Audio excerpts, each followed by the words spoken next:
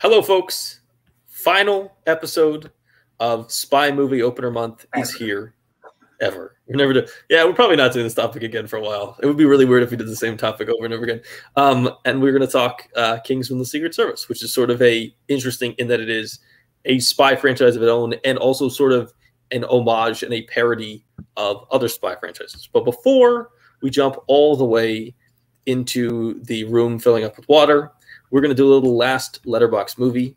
Zach Ford, what was the last movie you logged on? I feel like you don't pronounce the D in your Letterboxd. We got to work it out. We have to go to the pronunciation. Letterboxd. Last movie I watched on the Boxed. I've been trying to make that a thing for a long time, calling it the Boxed, and it hasn't stuck. But one day, that'll be my footprint I leave on the Letterboxd community. Can I make a small suggestion, which is that if you want something to stick, you just need to increase the size of your audience by roughly 2 billion%. I'm just going to put it in every one of my Letterboxd reviews. I have thousands of followers, my friend. Well, you have 1,000 followers. You have thousands of followers. Is that not, if you round up, no matter what, you just round up. Like 1,001 becomes 2,000. I have thousands of followers. You're a teacher. You should know that's not how rounding works. That's how rounding up works. You say round up, it doesn't matter where you are. But if you just say rounds, you round up. Rules. You round up only in scenarios where rounding up is applicable. You don't just round up. Not if you say round up. If I have 22 cents, I'm going to say, can you round it up to the nearest dollar? I'm going to give $1. You don't say round and you give nothing. Yeah, but what would you round up to? Would you round up to the nearest 1,000? Yeah, maybe we're going by thousands in this case, yes. This seems a little bit bullshit, but all right, continue. What's your last? That's why I'm also technically a millionaire, because I round to the nearest millions. Around. I wish I could do that too. Yeah. Okay. What did I watch on Letterboxd? I've been watching Fellini movies. I got the Fellini Criterion Collection. That's my big brag for the show.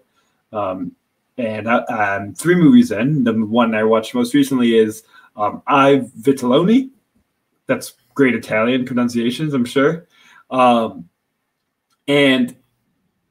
I think this is really where he makes a jump in his filmmaking, especially visually. It's really beautiful. And what I like about Fellini and why I'm interested in this box set, even though there's only like one movie previously that I know I adore, is because I just love how he captures Rome. I think Fellini's version of Rome is my favorite cinematic city. I just adore it, and I have been to Rome, and I have great affection for it as well, but definitely the film version.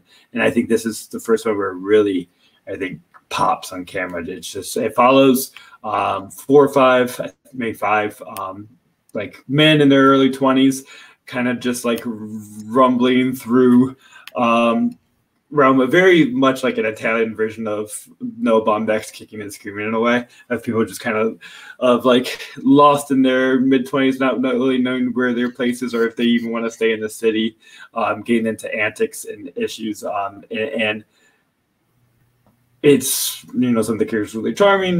There's, a lot of, like, Italian soapish moments that is in all Fellini movies that are still, pretty engaging and well acted. This should, on paper, be like a 10 out of 10 for me. What really falls is that I think they spent too much time with one character rather than really giving even time between the friends. In general, they give a lot of time to this character, Fausto, who's just like a creep and an asshole. And it's just about him, getting married out of premarital pregnancies. And then basically try to hit on every woman he sees. And that's where they end up spending about 2/3 of the movie is him trying to hit on other women and how deceptive and a liar he is, and not fully condemning it always, but kind of not allowing it. He's seen as an asshole. But it's just like too uncomfortable to spend so much time with them. And there's a lot of other characters that they have at hands. I feel like I didn't get enough out of their stories. But it's a very enjoyable movie. So Rome looks terrific, and seems like the best place to be. All these characters want to get out of it.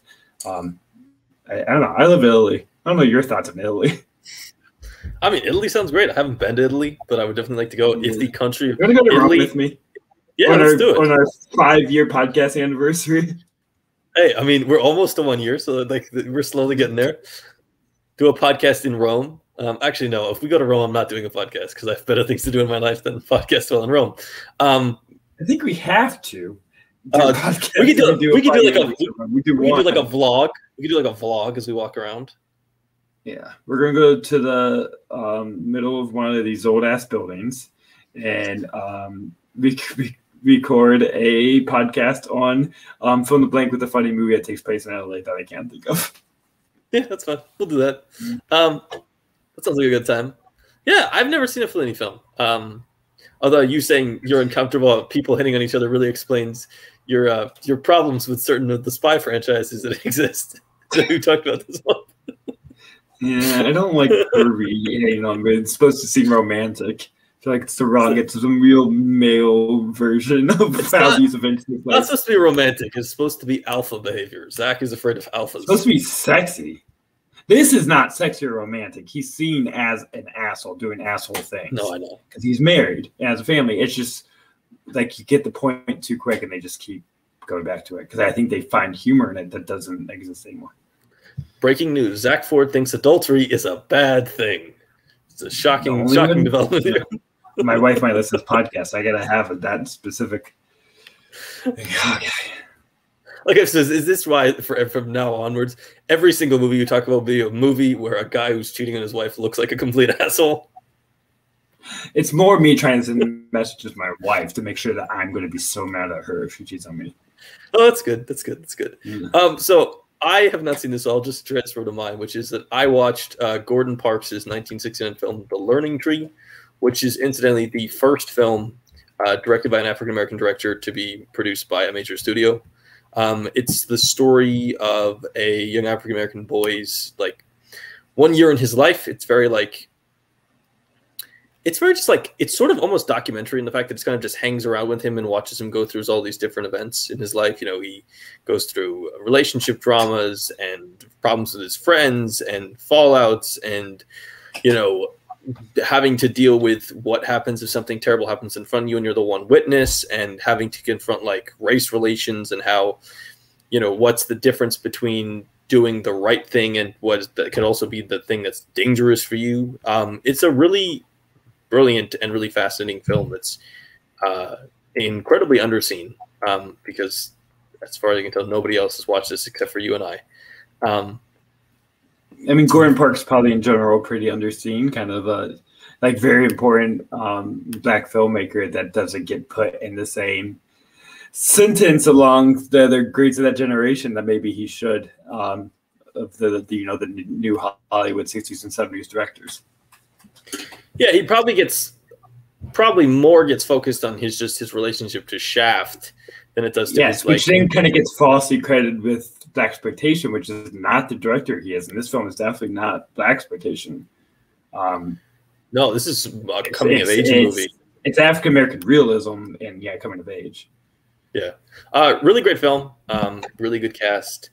I don't want to talk too much about like the plot details because I feel like no one who's listening has seen this, and I would encourage you to go to check it out. If you have Criterion Channel, you can watch it there. You could probably find a DVD somewhere, or just rent it. You can probably rent it, I would assume.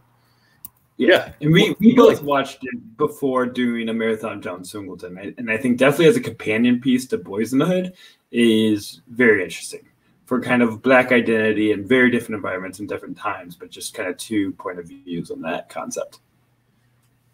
Yeah, I'm interested to I did do this as a precursor to watching some John Singleton and especially Boys in the Hood.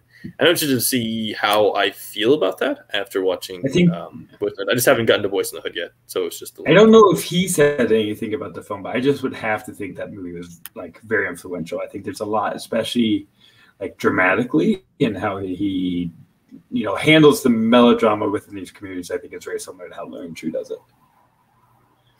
Yeah, I'd be interested. I know the film has received praise from recently as a National Film Registry was like, yeah, we're going to preserve this because it's important. It's interesting because I haven't heard other filmmakers talk about it. And it does feel like there's definitely a lot of stuff in it that would influence other movies going forward. It's a certain type of, it's interesting in that it covers the trauma of being a black person by also covering just the normal lifespan. So rather than being a film that focuses purely on black trauma, it's a film that integrates the trauma that exists for a Black person in just the normal walk of life. And in that respect is somewhat more, it's much more interesting and much better of a film because it's not just, you know, unfortunately, a lot of times, sometimes African-American led films or African-American featuring films turn into like, look at all this trauma. And it's like, you can do that. That's obviously a part of life. We're not ignoring the obvious terrible impacts of racism in the past and even to this current day, but also like you can make a movie where you touch on that, but also touch on the fact that they are also human beings who just have moments that are not overshadowed by the trauma. So it's a really interesting encapsulation of just life while also acknowledging the clear problems that existed in our country back then. Good movies. You're welcome for making you watch it.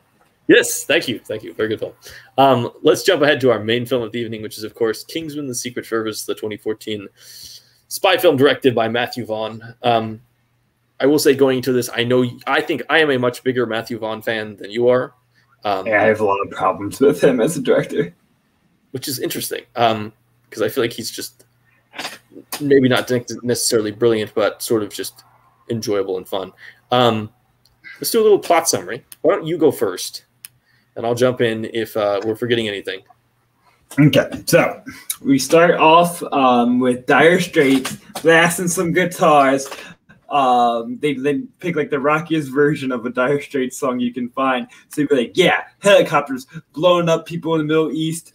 And then you get into a building that, besides the dumb tones, I'm having way too much editorialism and biases in my tone here. But you get to, we have four guys kind of investigating someone, and it turns out the possible terrorist has a bomb that's going to explode, and one of the, what we come to know as the Kingsman trainees, jumps onto the bomb to sacrifice himself for Colin Firth's lead character in the other Kingsman, which leads to Colin Firth seeing the family of the lost trainee and saying, I owe you a favor. I owe my life to this guy, which I spent a lot of time on the first scene of this movie already, but it is what the whole plot is based around, because then that leads to eventually Eggsy, played by Taron Egerton, kind of a troubled youth. Grew up without father. He's in a very struggling neighborhood, probably in the outskirts of London. I assume, or Northern England maybe, because that's the accents. And his mom's in an abusive relationship with like a gang leader. They never fully say what's going on. But when he steals a car and gets caught by the cops, I'm kind of acting out. Colin Firth pays him the favor back, gets him out of prison, and recruits him for the training to be in the Kingsman. Then you get an hour of like training and tests. They shoot or don't shoot dogs. Don't shoot dogs. They don't shoot dogs. They don't shoot dogs. Meanwhile, all along, Colin Firth's side project or side mission is trying to figure out what Samuel L. Jackson is doing, because he's like kidnapping scientists. Yes, it's important to remember that another big important scene at the beginning is an attempted rescue mission by another Kingsman to rescue Mark Hamill's Professor Arnold, and who is then in the process is killed and rescued by a woman who has blades in her legs named Giselle, and the villain played by Samuel L. Jackson. So he's introduced very early on as he's doing something, and he has this henchwoman as his sidekick. Continue. Yeah, he's doing kind of environmental terrorism in a way, in the most like exaggerated form of that, of trying to help the earth, which kind of became sort of a cliche 2010s evil villain device, is get rid of population size to get rid of the planet, which I have some issues with that being used as a device, and I'll talk about that. But and he like, they try to give him the right point, but the issue is he is also picking who gets to survive, and he is giving certain people working with him and rich people like chips to survive the attack, quote unquote, which turns out the attack is that he uses cell phones that have everyone turn violent and kill each other off. So the most over-the-top way to get rid of the population seems like the most inefficient way, honestly. It seems like you could do this a lot easier. He could have like bought a nice spaceship to go up in space for a little bit. Why they just like blew up areas? They're already on Mark, more or less. Yeah. Anyways, Colin Firth gets beat up in a church when they test out this device to get people to act out violently, and they get shot by Samuel Jackson. Yep. And Eggsy has to go, fill in his footsteps and finish the case. And they save the day, and they go to space. The Kingsman jumped the gun and go into space too early into his franchises. You got to wait for like the fourth one to go to space. They didn't go to space. They destroyed a satellite. Was in space. She was in the Halo suit in space. I don't know if that technically counts as space. Isn't that just the upper atmosphere? Yeah, she was out of the atmosphere. Once you start being in black, you're in space, my friend. Yeah, but they didn't really go to space because they were not up there very long. She was in space. That's going to space. She took a balloon into space. When I say go to space, I mean like actually went out there and like did like Star Trek or something. This is not on the same level set. No, going into space is going into space. There's no extra needed into those terms. She went to the stars. She went out of the atmosphere. Right. She used a missile to blow up a satellite. Literally, the text name was was based on Star Wars. Like they know what they're doing. This was space gear. It's Star Wars gear.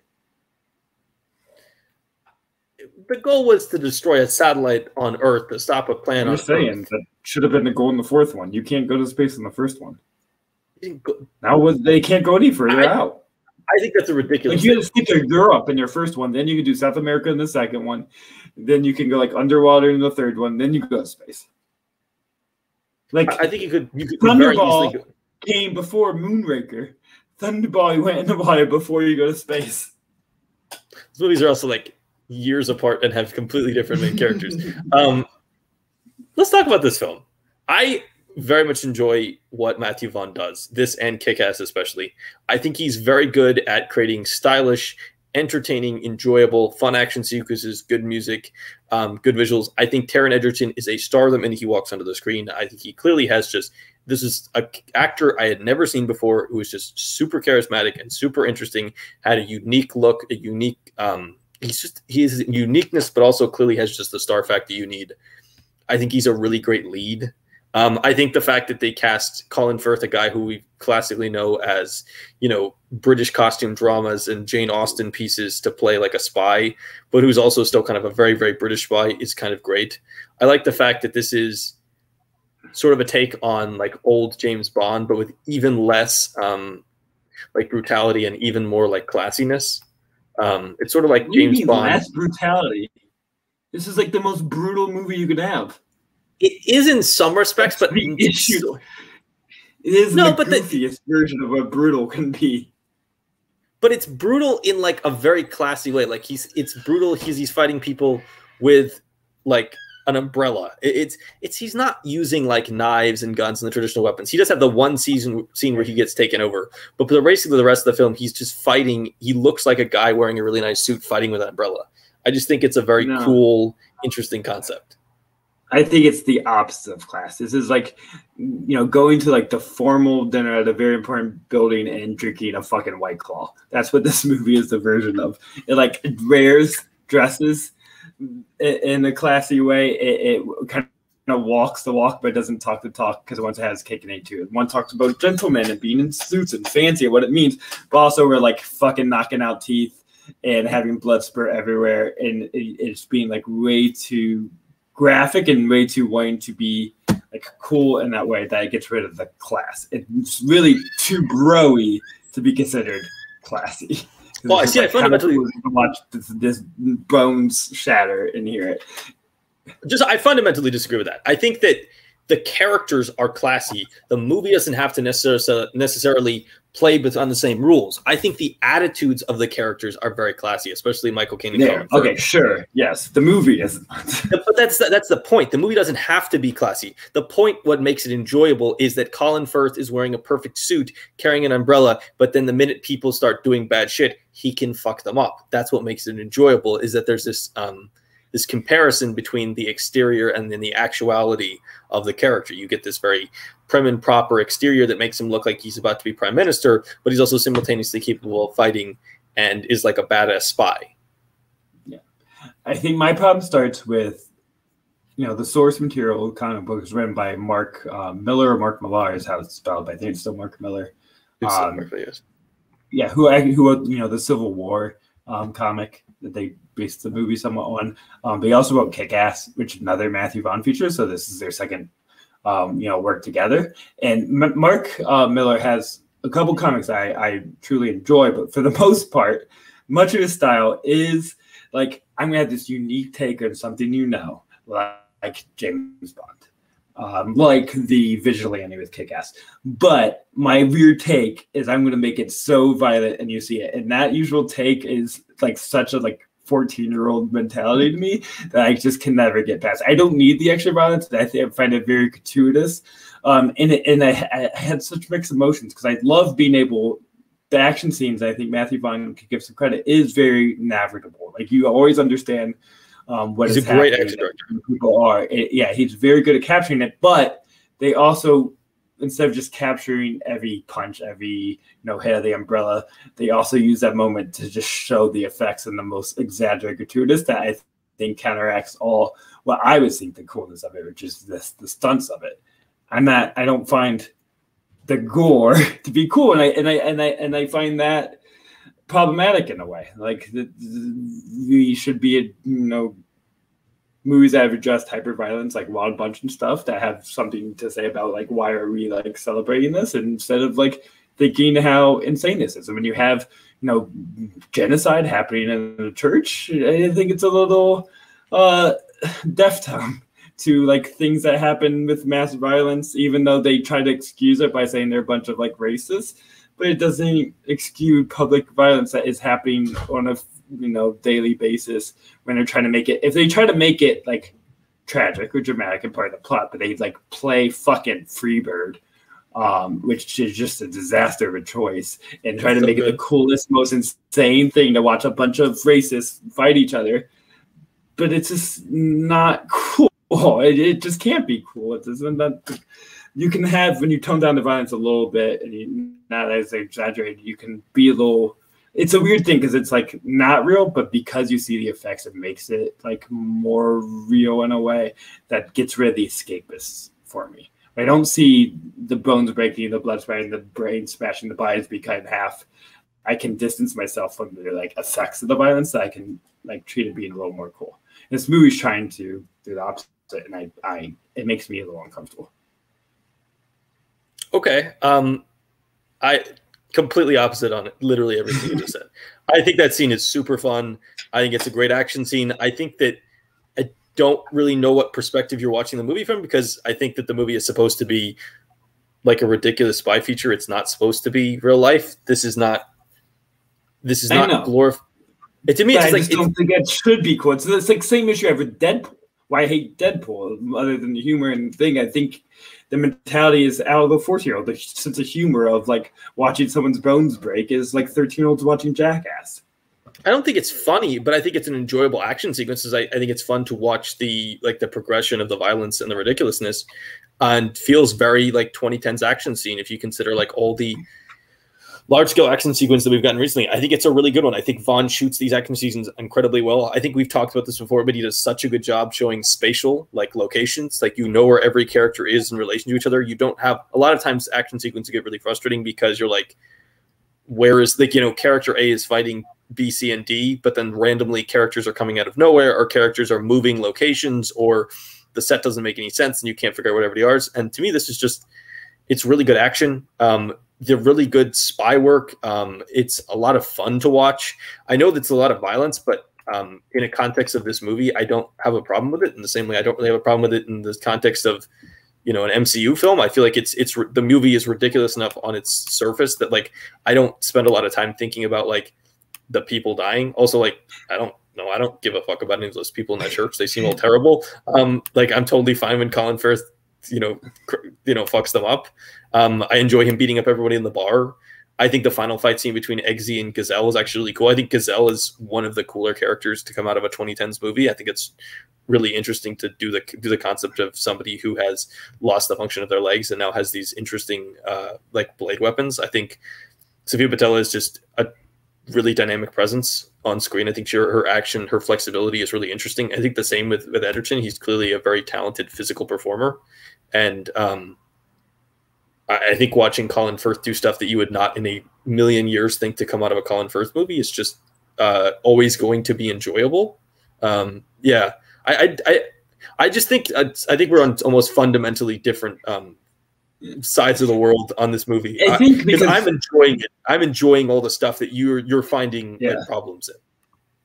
Yeah, and I think because I could be a little contradictory because maybe like there's other scenes that could be hyper violent or like I love Tarantino movies and I can get into that stuff, but I think part of this it just seems so much like they're so proud of themselves after every scene.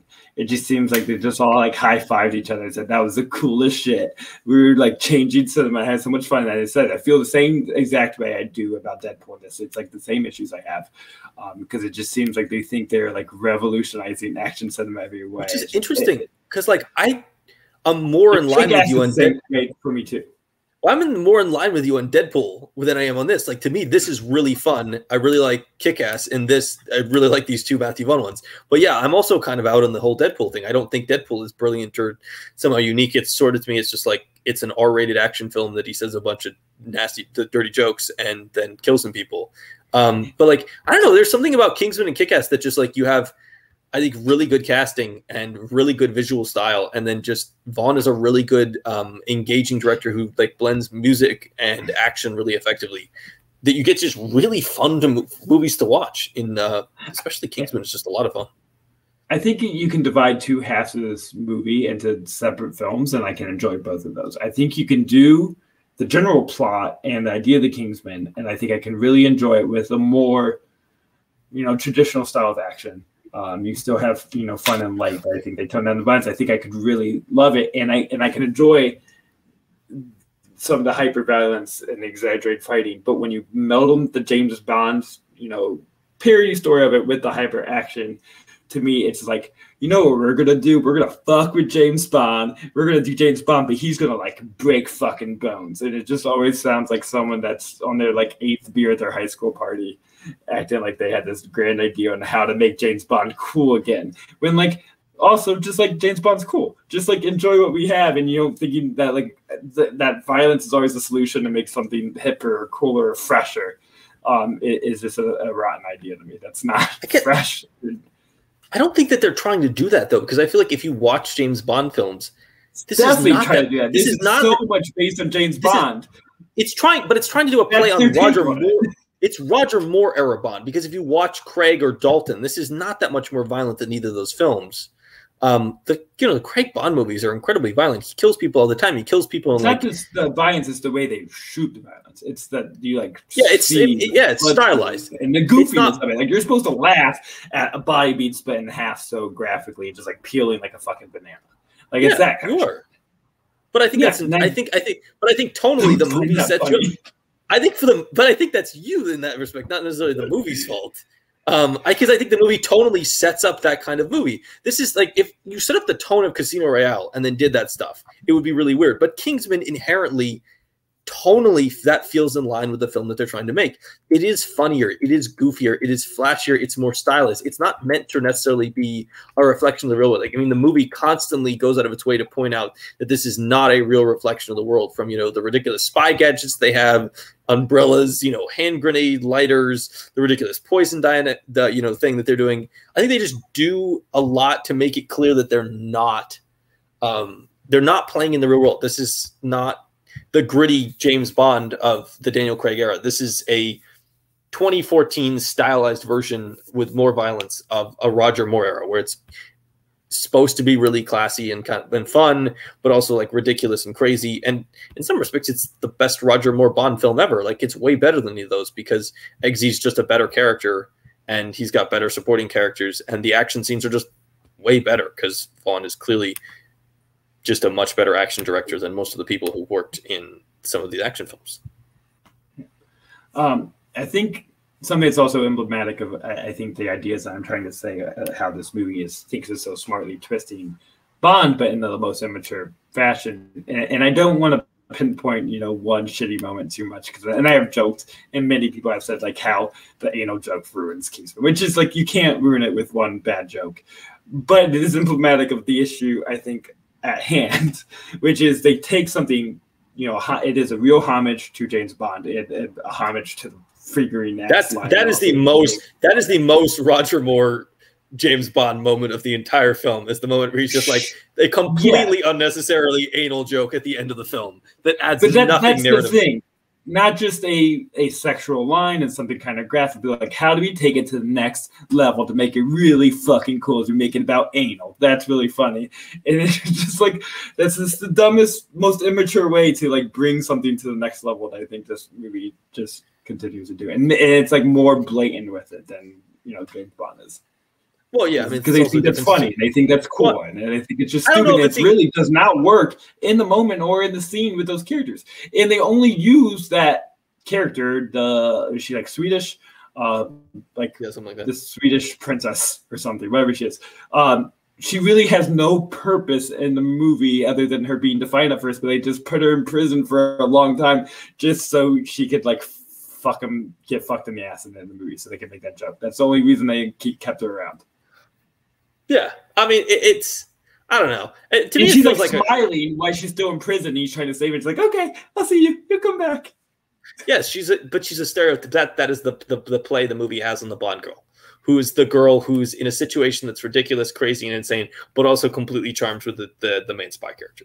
I don't have a problem with the character. The line is clunky. I'll agree. I think the statements about this ruins the movie. I think that's just fundamentally ridiculous. It's working in the same way with everything else I don't like. It's a clunky line, but for me, it doesn't ruin the film, and I still like it a lot. It's just a clunky line. It's not going to have them. I also don't think the anal joke is actually as pushing it as far as people want to think it is. I think it's not pushing honestly it far. It's just dumb. It's bad, and it's not funny. I think it's honestly the it's normal like a progression. 13-year-old saying penis in class and think it's hilarious. It just feels like the progression you'd go for if you tried to update a 1970s Roger Moore film to now, is that you just make a reference to anal. You have to progress it. You can. I'm not saying you have to. I'm saying I agree it's a clunky line. I just don't think the line is emblematic of anything more than just one line that they probably should have cut out or changed in post. I think the spin that they have that is in the film that is better is the idea of him not coming from class, of him coming from this, having a chip on his shoulder because he's coming from a poor area and being put into the spy world where everyone like James Bond has a more idea of the gentlemanly idea of acting. That's the spin. That's the interesting part. You don't need the other exaggerations of the Bond world to make it work.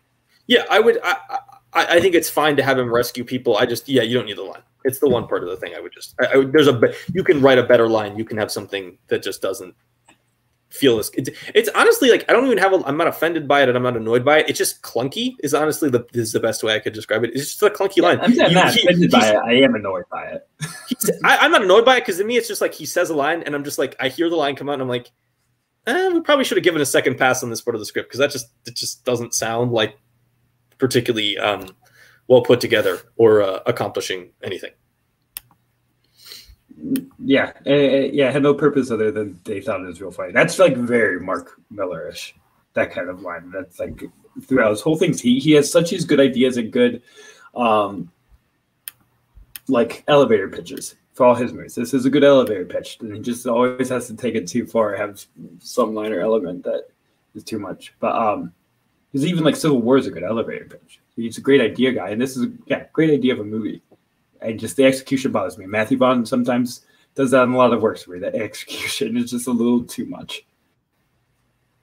Yeah, I mean, I would agree with you a lot more if we were talking about the sequel, but I don't have the problems that you clearly have with this one. I have a couple other issues I want to bring up. One of them I forgot. The use of population control as a device.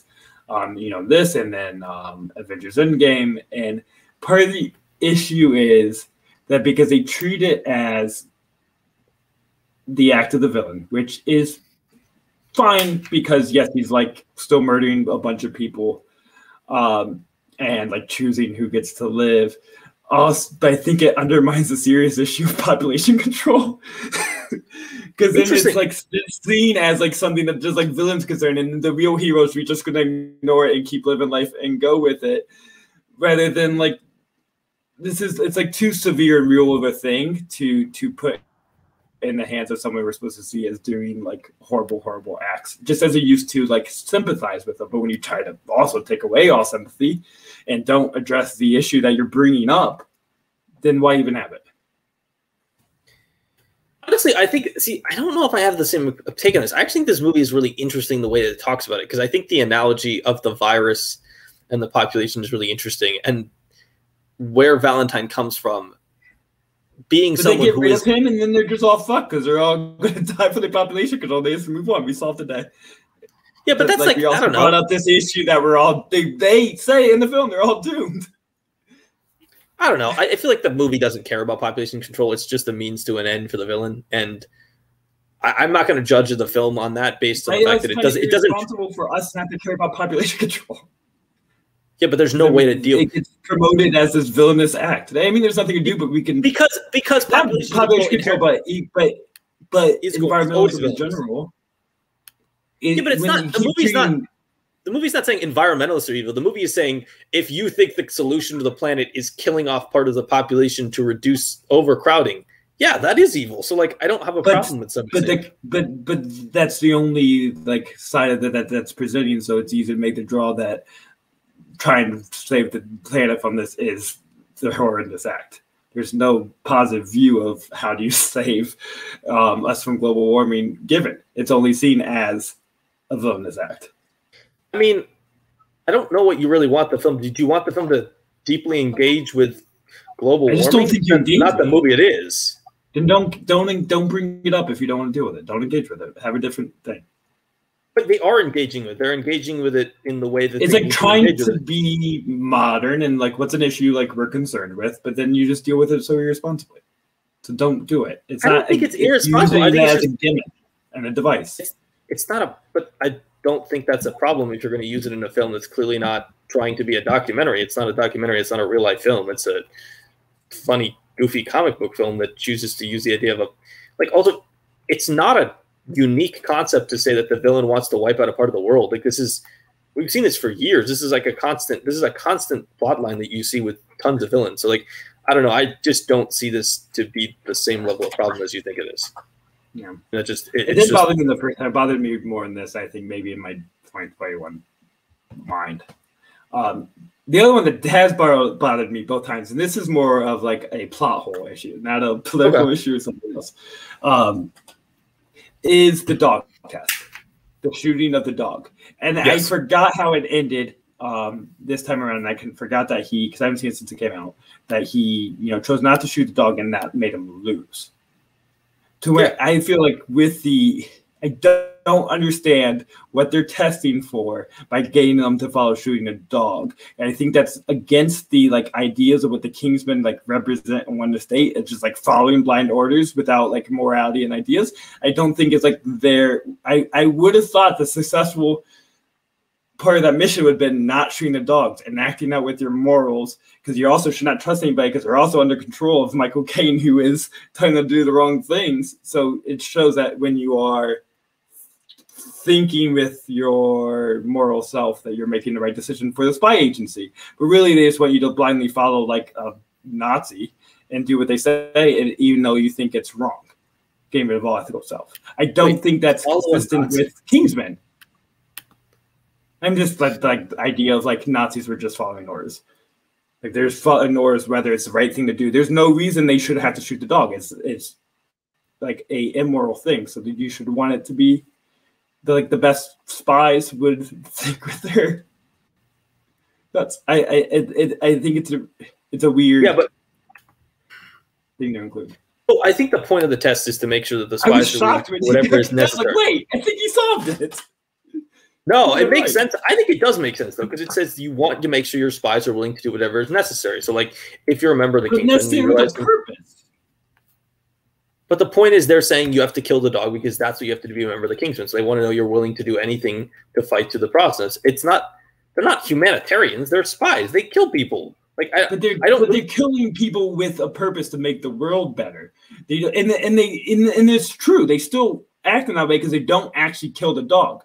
Because it's morally wrong, they're not going to make them kill a dog. So the Kingsmen know it's the wrong thing to do. So why do you want spies who are going to act that out? Because they want to see if they have the nerve to go through with it. It's a testing that they're seeing if they're tough enough, if they're willing to push themselves to that limit, if they're willing to sacrifice something they care about, because they potentially, as members of a spy organization, could have to sacrifice a fellow teammate who becomes compromised or becomes injured, or what if they have to go after what do their family members turn out to do? They have to make sure that these people are 100% devoted to the cause of Kingsman over the individual life of any other creature. That's why they're supposed to be solitary people, is that they have to devote their lives to the purpose of the Kingsman rather than to defending any single other individual, in this case, the dog. I still like that reasoning, but I am coming around on this usage in my own head. So let me say how the movie solves it, because I think they kind of do. Because, Eggsy, after getting kicked out for not shooting the dog, gets to come back, and he doesn't just save the day by the action scenes at the end, but he is the one who uncovers that Michael Caine has been, sold to follow Samuel Jackson's plan and is, kind of double agent in a way, right? Mm-hmm. And selling out the team. And I think because Eggsy was the one to act with his moral gut rather than doing what he is being told by his higher ups, he was unable to fix that issue because he's not taking Michael Caine's word for him just because he's in the charge, but he's going with his gut. That's why him making that decision proves that in a way he was really the right choice, and just the organization was not in the right mindset. So maybe the movie deals with it, just not as explicitly maybe as I think it is. But I do also think that the movie is part of the Eggsy character, is that he's exposing potential flaws in the Kingsman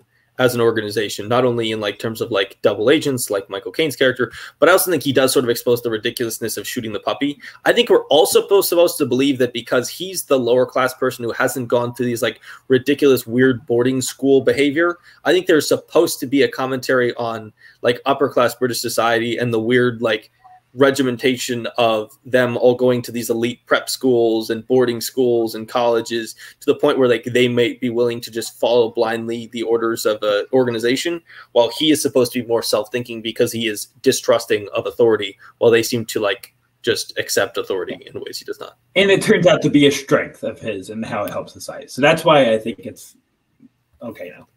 I do think it's a little weird that they sideline that. I've always been weirded out by the fact that they sort of sideline Roxy, even though she's the one who's technically the agent and he's not. She was in space. Yeah, but she does the significantly less important task. So it's always interesting. And I also feel like that is one of my biggest beefs with the second movie, is getting rid of that character is, I think, just fundamentally a really stupid choice. Yeah. What about not seeing them in disguise? You're a spy agency, and not only has Harry, is that the guy's name, has seen him, but Samuel Jackson has seen him. He could recognize him as the valet. He saw them saying he was the valet in the thing, and that would be an issue. You're a spy organization. Put on a mask. Get that Mission Impossible mask on. Yeah, but they're supposed to be an homage to James Bond. James Bond doesn't wear a mask either. So I don't have any problem with that, because I think it fits with what they're trying to do. I think it would be actually way weirder if they came up and were yeah, we're wearing masks. And it's and you're this is supposed to be an homage to James Bond, not an homage to Mission Impossible. But I think James Bond, a reason also why you send Roxy, because she hasn't been seen by the main villain. Oh yeah, but also I think the biggest point is, I think the biggest choice, the reason that ends up happening is it's we need the main character to be at the end of the story. Yeah. It's just the story's dictating that. What do you think of Samuel Jackson? How does Eggsy learn how to fight? Is that just in the spy school that we don't see? That's all the spy school. There's comments about his weapons training and stuff. He also was they also talk about he was in the Marines, and he had he did gymnastics and some other stuff. He does parkour in several scenes. He has built in a physical abilities that some of the other mechanics being able to be one of the best fighters and fight Sofia Bertella, who we're led to believe is this kind of great fighter. And to be able to go, punch for punch with her, you don't really lead to believe that early in the film. which means because also like he could have took the goons that were after him. What is he afraid of if he's able to fight like that? So I mean, I can explain it away as like it happens in the spy school stuff we don't see. He gets the training, but it is like a quick 180 of all of a sudden he's the best fighter ever. Yeah, I mean that just feels to me very like typical Bond, the typical spy movie thing. That's just something that they all have. That's more of like a nitpick, and not something that truly upsets me. But yeah, I don't know. I don't know if you can get into that. I think if you start picking, I think if you are somebody who watches movies like that and starts picking those nits, it's like at some point it's like you can't watch spy movies because it's just a general, it's a fundamental thing of the genre that these characters just sort of have the skills they need to have narratively. Yeah. What do you like Taron Egerton in this? You said a lot of negative stuff. You seem to have a lot of problems. I like him a lot better than I did the first time. He honestly was one of my major issues the first time. I don't think. I just didn't think he could pull off the like streetwise version of him. I feel like Taron Egerton to me is much more what you see at the end of the film when he's in a suit. He just is kind of too posh, I think, as a persona, as a face. He's just like he's like too pretty boyish.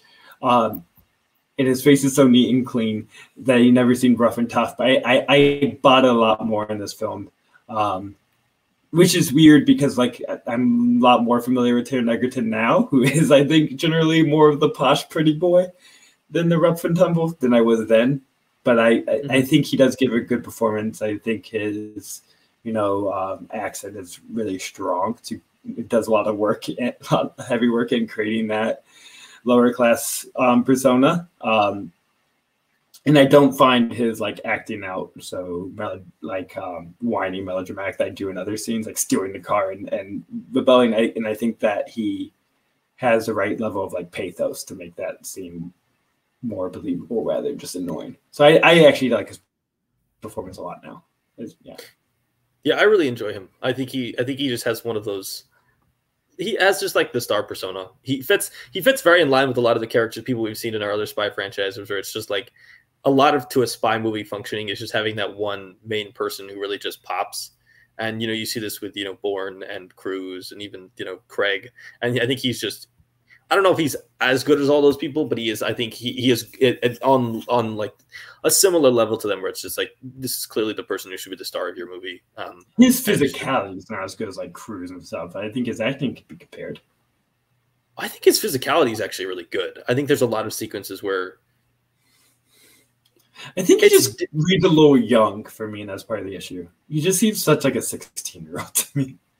In this. I mean, the character is not supposed to be like super old. He's like 20s, right? Young 20s. 19, maybe 20. Yeah, somewhere like there. Mm-hmm. I don't know if he's super young. He's really good. I love Colin Firth. Colin Firth's really great. It was such good casting to get somebody who is so known for playing like just British, just very British. But also like he's such a British costume drama Jane Austen adaptation type of guy.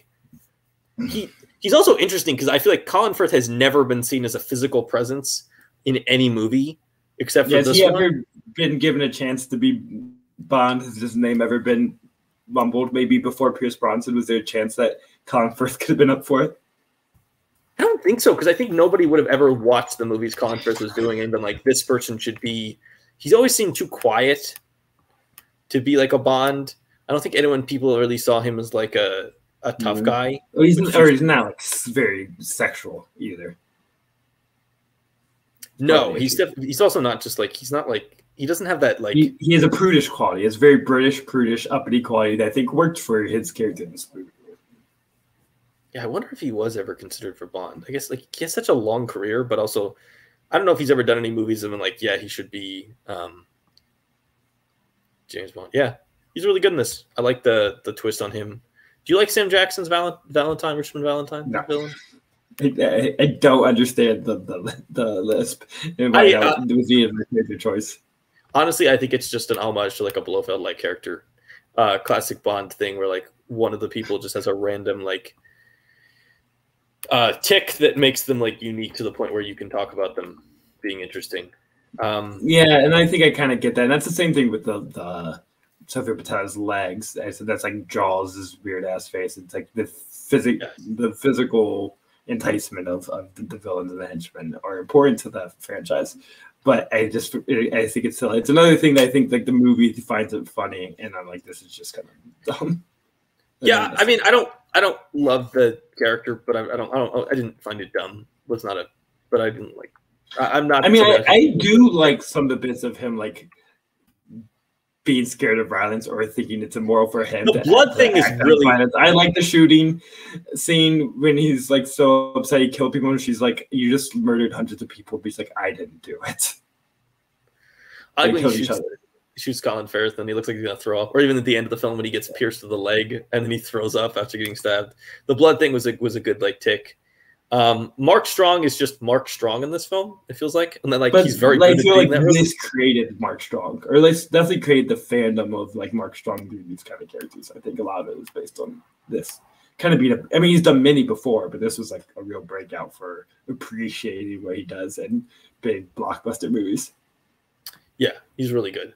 I really like Sophie Cookson as Roxy, the other agent. I think she's really good in the film. I like the Jack Davenport one scene cameo at the beginning. He's the spy who comes to the rescue Mark Hamill. Another just classic British actor. I don't know who that guy is. He's in one of the Pirates of the Caribbean films. He plays the Commodore Norrington character. And then Mark Hamill's fun in his one scene.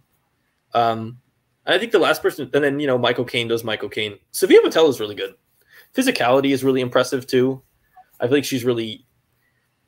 Yeah. I think the problem that people have done after this film is that they've tried to give Sophia Boutella larger acting roles, and the truth of the matter is that she's not a particularly good actress, but she is a very good physical presence on screen. And if you use her, Atomic Blonde treated her right, which was as basically how Common is treated John Wick 2, which is just a physical presence, and she has a great physical. But she's also, I think, pretty good in Star Trek Beyond. And when they try to in that, what? Is she an alien in that? Does she not look like herself? She is an alien. She's like the green one, I believe. Yeah, I think she's just if you give her the right stuff to do, she can be very interesting and enjoyable. She's just a really good screen presence, but not necessarily the best actress. I think if she's one of those people that she can be a really good player if she's used correctly. Yeah, she's meant for action movies. Yeah. Any more thoughts on Kingsman? Are we gonna wrap this up? I'm not, and I would say I come off very negative, but I'm really purely mixed because I do find the story pretty engaging, and I said the twist I like it. I catch myself enjoying it, and then I just get so bothered by the things I mentioned. So it's just one of those where the flaws of it just kind of destroy it for me. But I understand where people like it. Yeah. Your rating of this movie was not ridiculously low. Because it makes it seem like it's a disaster the way I talk about it. It's not a disaster. Well, I think it should be a really good movie, and there's just serious issues that bother me. And it is a really good movie in my opinion. I think the biggest thing, you and me have fallen into this trap sometimes, which is that if we, you're looking like the really negative one because I'm the positive one. And sometimes we look like the really negative one because we're the people who give 3.5 stars to a movie that everybody else loves. And then we talk about what we have. Space Jam New Legacy's biggest fans. Because everyone else in the planet has decided to be real grumpy about that movie.